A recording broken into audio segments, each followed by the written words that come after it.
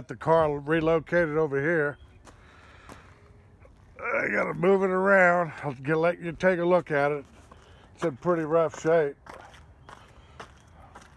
It needs a lot of tender loving care, I guess.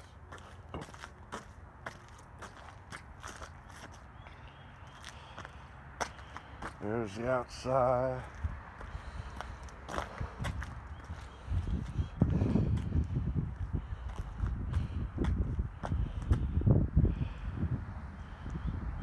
I gotta move it over to the side of the container over here. So you know what it's sitting right here.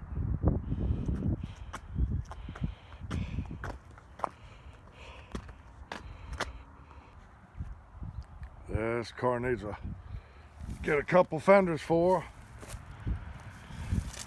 Got to change that window out.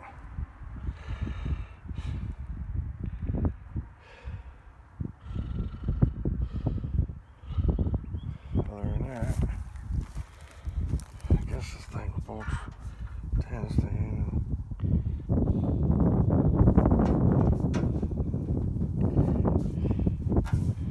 I guess that fender ain't.